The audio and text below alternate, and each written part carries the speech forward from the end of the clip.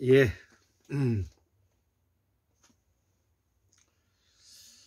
예, 오늘은 2023년 4월 20일 목요일이죠. 음력으로는 3월 1일입니다. 오늘은 제가 두 번째 이제 동영상을 올리게 되었습니다.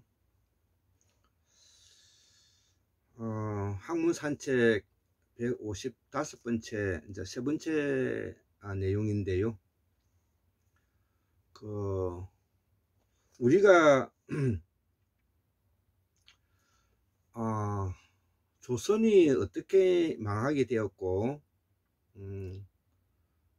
우리의 정통 뿌리 사상이 어떻게 왜곡되었는지, 또 그러한 원인을 어떻게 누가 제공했는지, 이런 거에 대해서 우리는 식민사관의 바탕을 두고 있는 입장에서만 우리가 능동적으로 해석하지 못하고 피동적으로 우리가 받아들여서 우리들 국민들 속에서 마치 신라가 당나라에 사대해서 백제를 치고 고구려를 쳤다, 이렇게 이제 이해하는 거와, 그리고 우리가 어릴 때 배웠던 통일신라의 강력이 대동강과 원산만까지다, 이렇게 이제 알고 있는 것들은 새빨간 거짓말인 것입니다.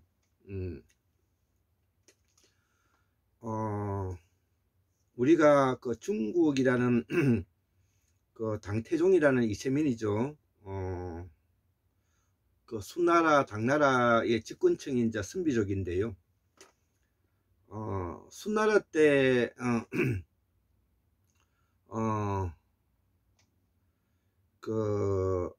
고구려를 치러 들어갔다가 호되게 당하지 않았습니까? 그리고 이제 수나라가 망하는 길로 들었었고요. 그리고 이제 당나라가 이세민의 아버지가 양견이죠. 당태조가 되는 거죠. 이때부터, 수나라 때부터 당나라의 발원지가 어디냐면은 지금 우리가 만주인 것입니다. 만주. 그래서 수나라나 당나라나 중국의 수나라나 당나라를 건국하고 난 다음에 자기의 발원지를 고구려가 점령하고 있기 때문에 그거를 고토 수복을 위해서 끊임없이 노력을 했던 것이죠. 그런데 실패했죠. 그리고 우리가 고구려, 백제, 신라, 가야, 일본은 한 나라인 것입니다. 한 나라인 것입니다. 어떻게 보면 중국도 한 나라죠. 한 나라죠. 하나의 나라죠. 그런데 어쨌든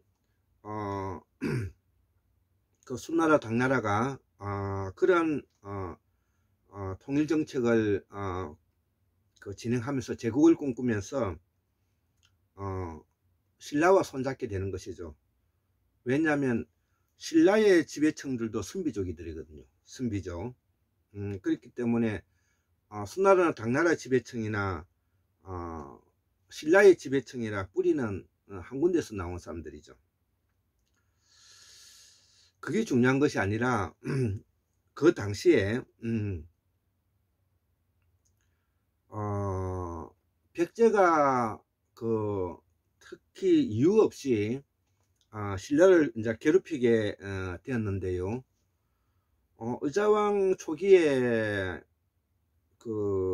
계속해서 팽창 정책을 백제가 펴기 시작했습니다. 그래서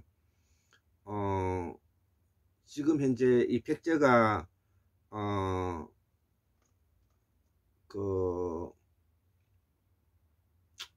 합천까지 침입해서 대야성을 점령하는 일이 일어났죠. 그때 김춘추의 딸과 김춘추의 사유가 이제 김품석인데요. 딸의 이름은 야소타죠. 야소타. 를 이제 딸과 사유가 이제 죽는 일이 일어난 것이죠. 그래서 김춘추가 김유신과 손잡고 외교를 시작했는데 제일 먼저 갔던 곳은 일본이죠. 그래서 일본에 가서 외교를 했는데 실패하고요. 또 이제 고구려에 가서도 외교를 실패하고 난 이후에 이제 당나라와 손잡고 백제를 이렇게 멸하게 되는 것이죠. 그게 660년이죠. 백제 수복 운동까지 포함하면은 663년에 정확하게 이제 멸망하게 되는 것이죠. 그 이후에 이제 한 5년 있다가 이제 고구려가 이제 668년에 이제 망한다고 우리가 알고 있지 않습니까? 그리고 난 이후에 당나라는 지금 현재 티베트 토번에 침입이 되면서 서쪽에서 당나라를 침입해 오는 일이 있게 되면서 동쪽에 신경을 쓰기가 어렵게 되었죠. 그렇지만 어쨌든 이 안동도부를 만들어 가서 또 그 백제 도부를 만들어 가지고 웅진도 그 도부죠. 백제를 뭐냐면은 지배하고 안동도부를 만들어서 고구려를 지배했죠. 그러면서 이제 나당연합이 깨어지고 나당 전쟁이 시작돼 가지고 신라가 이기면서 국경선이 꺼졌는데 이것이 지금 압록강 이북에서 국경선이 형성되었던 것이죠. 이거는 이제 중국의 25사에 이제 기록되어 있는 내용을 바탕으로 하는 것이고요. 그리고 난 이후에 이제 북쪽에서는 다시 발해가 생기면서 우리가 남북시대를 열어가게 되는 것입니다. 자, 오늘 제가 이런 이야기를 하는 것은 우리의 역사에 대해서 우리가 능동적으로 해석할 수 있는 그런 눈을 가지게 된다는 것입니다. 그동안에 우리가 알고 있는 식민사관의 바탕을 두고 있는 맹목적인 그런 역사관을 가지고는 우리의 한국사를 이해하기가 쉽지가 않고요. 또 조선이 어떻게 망했는지를 우리가 단순히 조선이 망했다 이렇게 이해할 것이 아니라 조선이 왜 어떻게 해서 이 망하게 됐는지 원인을 우리가 밝혀야 될 필요성이 있는 것이죠. 자, 그런 측면에서 우리 조선 중기에 일어났던 또 조선이 망하게 되었던 내용들을 저희 관점에서 설명하고 있는 부분들을 오늘 한번 강의해 보고자 합니다. 예, 강의 들어가겠습니다. 학문산책 155번째 세 번째, 우리의 교육에는 자본의 존엄성과 자본을 중시하는 주의와 인간의 존엄성을 중요시하는 이런 두 가지 기둥이 자리 잡고 있다는 것이죠. 그래서 자본을 중시하는 것은 교육은 지배하고 명령하고 억압하고 착취하고 포획하고 규제하는 사회다 이거죠. 그래서 우리는 앞으로 하루빨리 인간의 존엄으로 돌아가야 된다. 이게 이제 제목이고요. 자, 우리가 조선 중기로부터 조선이 망할 때까지 약 298년 동안의 정치 이데올로기가 뭐였느냐 하면은 송익필이 주창한 바로 자가당착인 예학이라는 것이요. 예학. 그러니까 조선 중기에 조선이 망할 때까지 약 298년 동안의 정치 이데올로기는 주자학의 바탕을 두고 있는 예학이라는 것이죠. 이거 누가 주창했느냐 하면은 송익필이가 주창한 것이라는 것이죠. 이 송익필이가 주창한 예학을 우리가 김장생이라든지 그의 아들 신독제죠. 신독제 김집이 이어받아 가지고 이들은 광산김씨입니다. 그래서 조선 동국 18년에 들어가는 그 명예를 안기도 했는데 그 동국 18년에 들어간 사람들 중에 그 아버지와 아들이 이제 들어간 경우가 바로 김장생과 김집이죠. 근데 이것이 얼마나 뭐냐면 부당하고 이것이 얼마나 문제점이 있는가를 제가 지적해 보는 것입니다. 자, 그래서 우리가 조선 중기 이후에 조선의 이데올로기는 주작을 바탕으로 하고는 예학이 있다. 그 예학을 주창한 사람은 바로 송익필이다. 송익필이나 김장생이나 다 율곡 이의 제자들이죠. 근데 율곡 이의 개혁의 바탕을 두고 있는 개혁 정치와 거리가 먼 이 예학으로 이 김장생과 김집이 이렇게 돌아서게 된 원인이 바로 이 송익필이가 주창한 예학이 있다는 것을 제가 말하고자 하는 것입니다.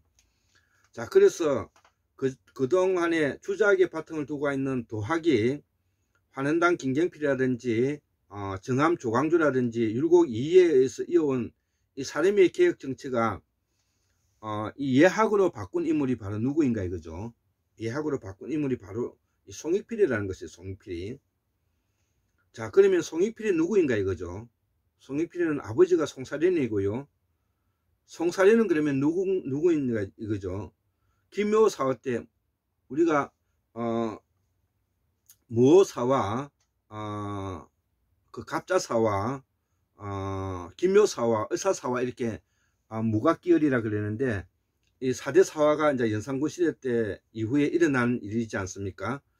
그래서 이 송사련이 김묘사와 2년 후인 중종 16년에 1521년에 있었던 신사무옥이라는 일이 일어났는데요. 여기에 이제 이 고변자라는 것은 일려 바쳤다는 것이죠.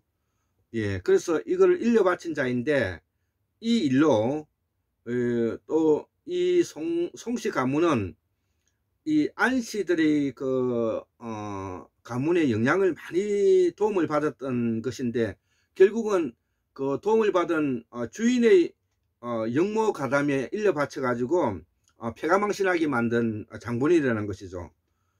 이 일로 이 안돈후의 아들인 안인의 추천으로서 관상감 주부가 된 인물이 바로 송사련의 아버지 송자근세라는 거. 송자근세, 이게 이제 이름이 세자입니다. 송자근세인데, 그러니까 송자근세는 송익필의 뭐냐면 할아버지가 되는 것입니다. 이런 일을 두고 우리가 환부적절라 그랬죠. 조상을 갈아치우는 것과 똑같은 일이라는 것이죠. 그러니까 이거를 주인을 갈아치우는 것과 똑같다는 것이죠. 예, 환부역주라 하면 되겠습니다. 환부역주. 환부역주가 환부역조가 아니라 환부역조라 하면 하다 이거죠. 환부 역주라고 할 만하다. 역주. 주인 주자죠. 역주, 환부, 그러니까 주인을 갈아치우는 꼴이 되는 거다 이거죠. 환부 역주가 아니라 환부 역주라 할 만하다 이거죠. 자, 그래서 이 송사련의 그 주인을 고발한 대가로서, 그러니까 송익필의 아버지죠. 송사련의 주인을 고발한 대가로 당상관까지 올랐다 이거죠. 정이품까지 올린 걸 당상관이라 하지 않나? 하여튼 당상관까지 오르고 그 아들이 바로 예학의 출발이니 이때부터가 뭐냐면은 이 송익필의 문화생이 바로 김장생, 김집이다 이거죠. 예, 이 광산김씨들인데요. 이후에 이 은진송씨 있는 송시열로 이어지고 이후 조선이 망하는 그날까지, 그러니까 조선이 망하는 298년 동안에 집권한 사실을 두고 우리는 이를 뭐냐면은 가짜 양반 시대라 말한다 이거죠. 가짜 양반 시대. 제가 가짜 양반 말이 이야기를 하는데 이런 것들 바로 뭐냐면은 우리가 가짜 양반 시대라고 부른다는 것이죠.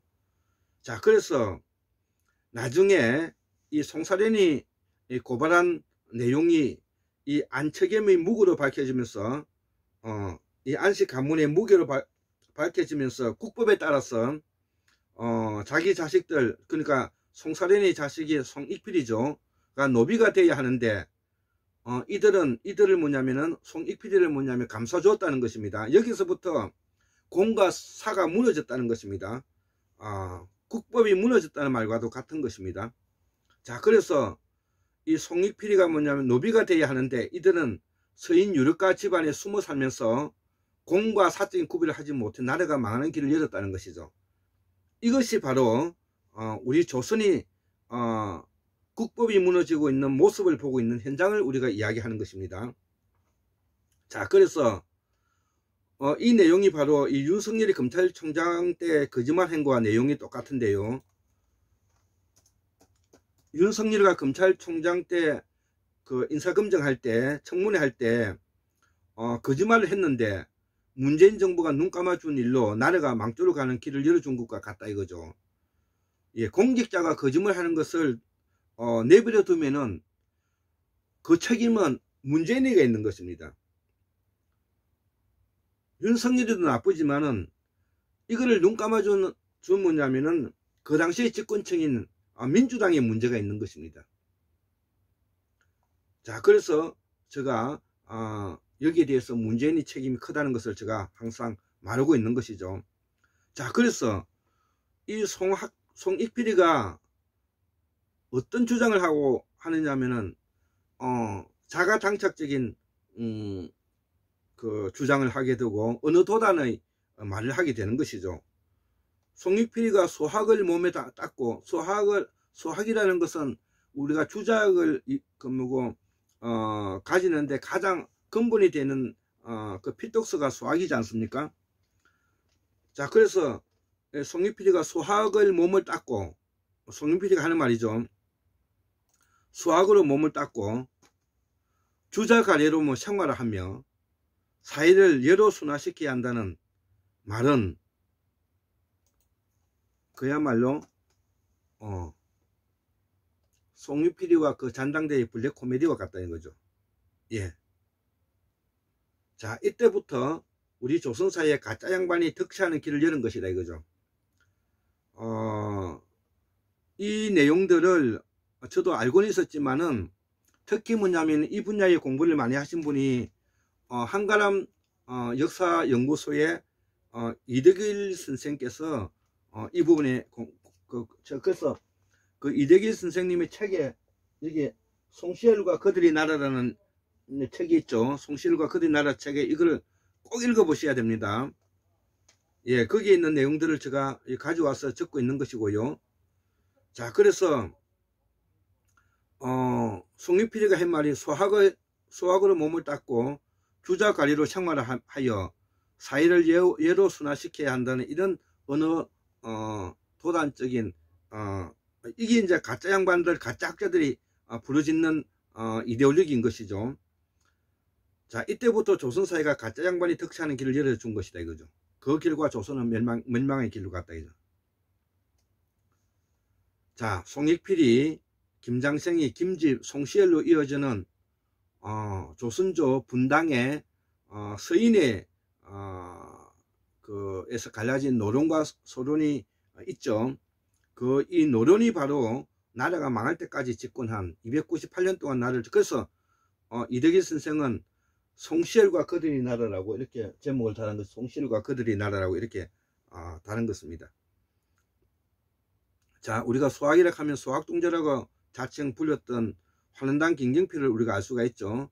예, 조선조 5현의 수위라고 말하는 환원당 김경필 선생의 독소학이라는 책을 시를 읽어보고 보면 우리가 알 수가 있는데요.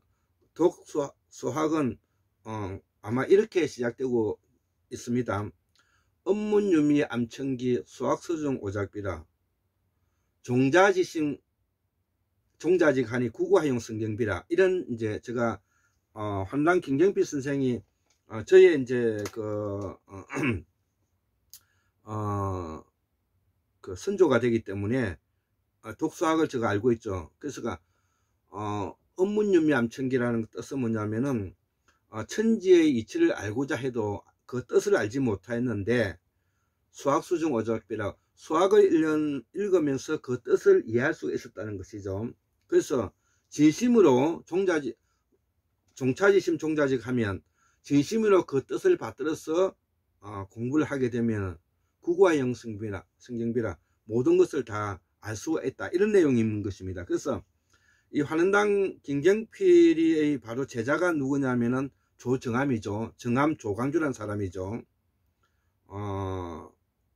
그래서 이 조광조는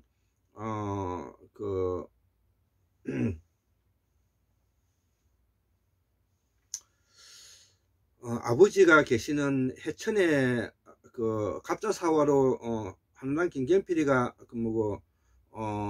그 유배가가 있을 때 조광조 아버지가 거기에 그 군수 사또로 있었는데 조광조가 그때 17살이었는데 그 환원당의 명성을 듣고 이 조광조가 거기서 2년 동안 소개해서 그래서 환원당 김경필 선생은 그 제자인 조정암 조광조를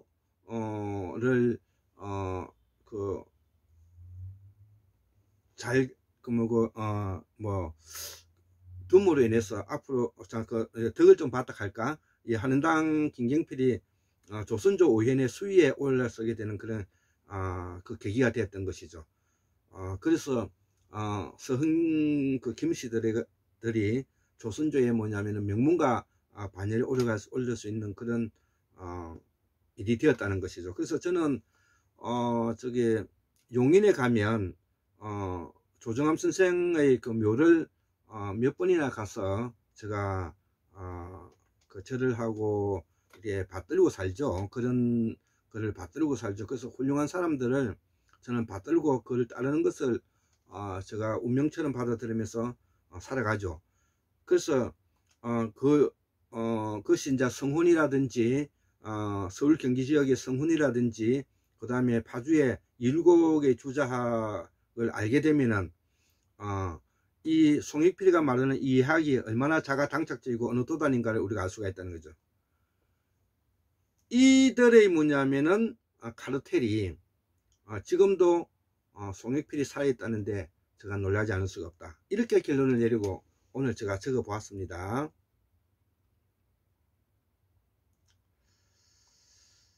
자, 그래서 나머지는 제가 적었던 글이기 때문에 한번 읽어보고 마치겠습니다.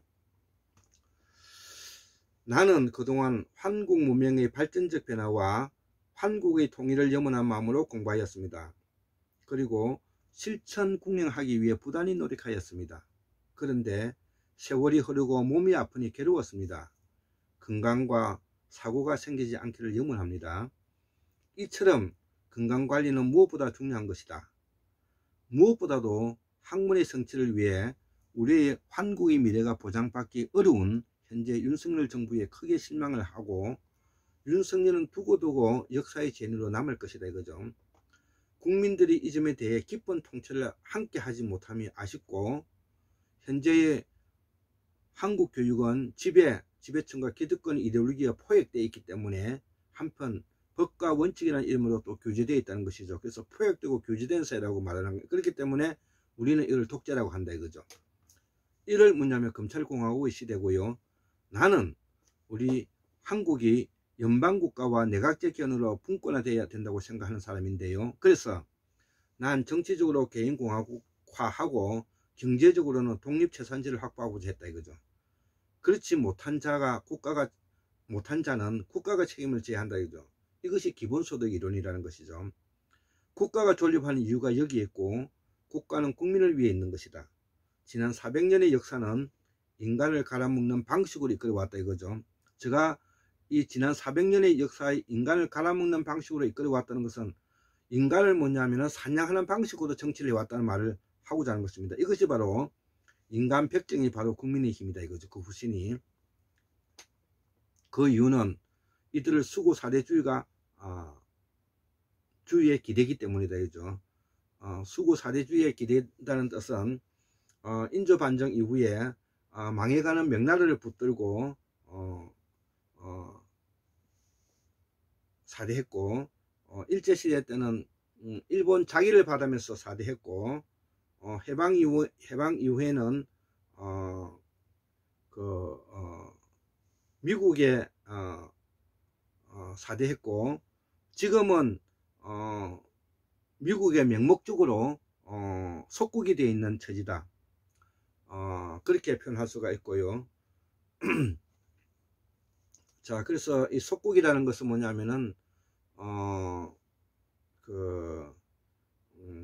전략적 사고를 하지 못하는 입장에 놓여져 있는 나라, 이것이 바로 속국이고요. 전략적 사고를 할 수 있는 것은 동맹이라는 것이죠. 프랑스 대통령의 말입니다. 자, 그래서 이들을 우리가 몰아내야 하는데, 기본소득은 환국의 책임 정치를 지는 것이고요. 작금의 기득권들은 이런 사상을 못마땅해 하고 있고, 그 이유는 인간 백종으로서 포획 규제하는 재미를 알기 때문이겠다, 이거죠. 이들을 우리는 자본의 존엄성의 인간이라 하고, 즉 착취 억압한 사람들이기 때문이다, 이거죠. 자, 그리고 또 제가 74,142년 1960년 2023년 4월 20일 이렇게 목요일 이런 과정을 제가 설명하고 있지 않습니까? 여기에 대해서는 제가 다른 강의에서 설명했기 때문에 이게 더 설명하지 않겠습니다. 자, 그래서 이 환국문명학술은 환국사 복원 작업을 위해 노력하고 있는데, 환국문명을 바로 세우기 위해서이다, 이거죠. 우리가 쓰는 말과 글이 범어이기 때문에 그동안의 환단고기 삼성기 하편에 원중동 선생님의 63,182년까지를 상고사로 이해하는 것이 좋을 것 같다는 것이죠. 자, 그래서 제가 과거에는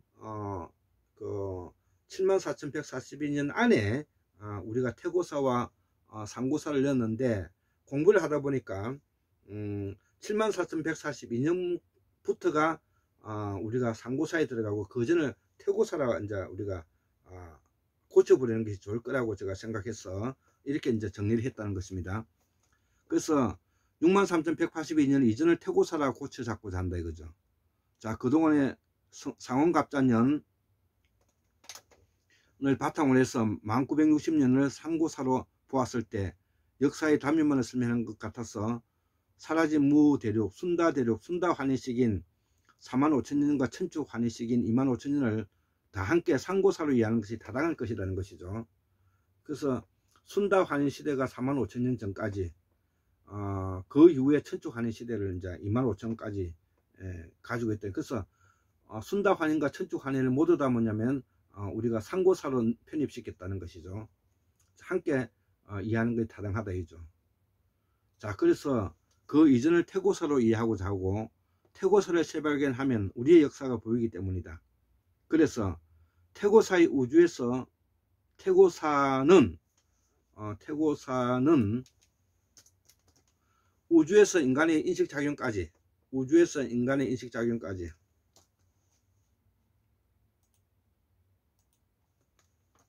까지입니다. 여기에 우리 박문호 자연과학 세상의 박문호 박사님의 학문이 필요한데, 박문호 박사님의 성인이시고 박문호 박사님 정말 훌륭한 선생이시다, 이거죠. 나는 이런 분을 통해 공부할 수 있어서 너무 행복합니다. 한국문명학술원에서는 태고사와 상고사, 고대사와 근대사, 현대사로 특정되고 있고, 우리 역사에는 근대사가 없이 바로 현대사로 접목되어 있음을 명심해야 한다, 이거죠. 근대사는 그 인간의 이성작용을 연구하는 걸 바탕으로 하는 것을 우리가 근대사를 하는데, 우리는 그런 시기가 없었다는 것입니다. 그래서 74,142년까지를 상고사로 기록하고자 한다. 그래서 태고사의 기록을 난 자연과학 세상의 박문호 박사님의 사상을 배우고 있다는 것이죠. 박문호 박사님의 책이 몇 권이 있는데, 그 중에서 제가 5권을 교과서로 쓰고 있다는 것이죠. 내 생각의 출현, 그림으로 읽는 내 과거의 모든 것, 있죠. 이런 책들이죠. 생명은 어떻게 작동하는가, 내 과학 공부, 자연과학 비키스토리, 이렇게 5권으로 제가 가지고 있는 것이죠. 이런 중심으로 공부하고 배우고 있다, 태고사를 공부하기 위해서는. 그래서 우주의 탄생부터 인간의 의식의 출현까지 138억 년의 우주의 역사를 함께 공부해야 하기 때문이다. 우리 한국문명학술원에서는 우주의 출현부터 최동석의 인사조직연구소 사회의 구조와 시스템 문제까지 함께 공부하는 것이 그 목적이라는 것이죠. 저는 여기까지가 뭐냐면은 제가 해야 될 공부의 바운더리다 이렇게 이제 알고 있는 것입니다. 이해하는 것입니다. 나는 이분들을 떠받들고 떠받들고 받들면 학문할 때가 행복하다 이거죠. 이분들이 나의 학문 정립에 지대하기 때문이고 적어도 나는 한국문명의 징검다리를 놓은 분이다 그렇게 생각한다 이거죠. 그리고 여기에 조성복 선생의 독일 연방통일과 지방자치 이런 책이 있죠. 여기 5권도 또 중요한데요. 독일 정치 우리의 대안, 독일 사회 우리의 대안, 독일 연방통일과 지방자치, 누가 우리에게 권리를 주었는가, 연동형 비례대표 이렇게 5권이 조성복 선생이 쓴 책들인데 이거를 바탕으로 해서 우리가 앞으로 한국도 연방제 통일국가로 나가야 된다 이런 이야기를 하고 있는 것입니다. 그래서 이 책들을 두 딸에게 다 사서 선물했다는 것이죠. 박문호, 최동석, 조성복 책은 우리의 대안이기 때문이다 이죠. 자, 빅뱅에서 출현한 전자와 양자가 세포 속 분자들과 결합하고 빠져나가는 과정이 바로 생명현상인데 빅뱅 순간에 생명의 출현까지는 그리 먼 거리가 아니다 이거죠. 전자와 양성자의 제어된 이동을 통한 세포 생화학작용이 진화된 지구를 푸른 생명의 형성으로 바꿔놓았다 이거죠. 이 내용을 바탕으로 우리는 함께 공부합시다. 예, 오늘은 이렇게 뭐냐면은 제가 저녁에 다시 한번 강의를 올리게 되는 계기가 되었습니다. 74,142년 1960년 2023년 4월 20일 목요일이죠. 한국문명 학습론 꼴짱 김태수 올립니다. 예, 오늘 목요일이죠. 예, 감사합니다.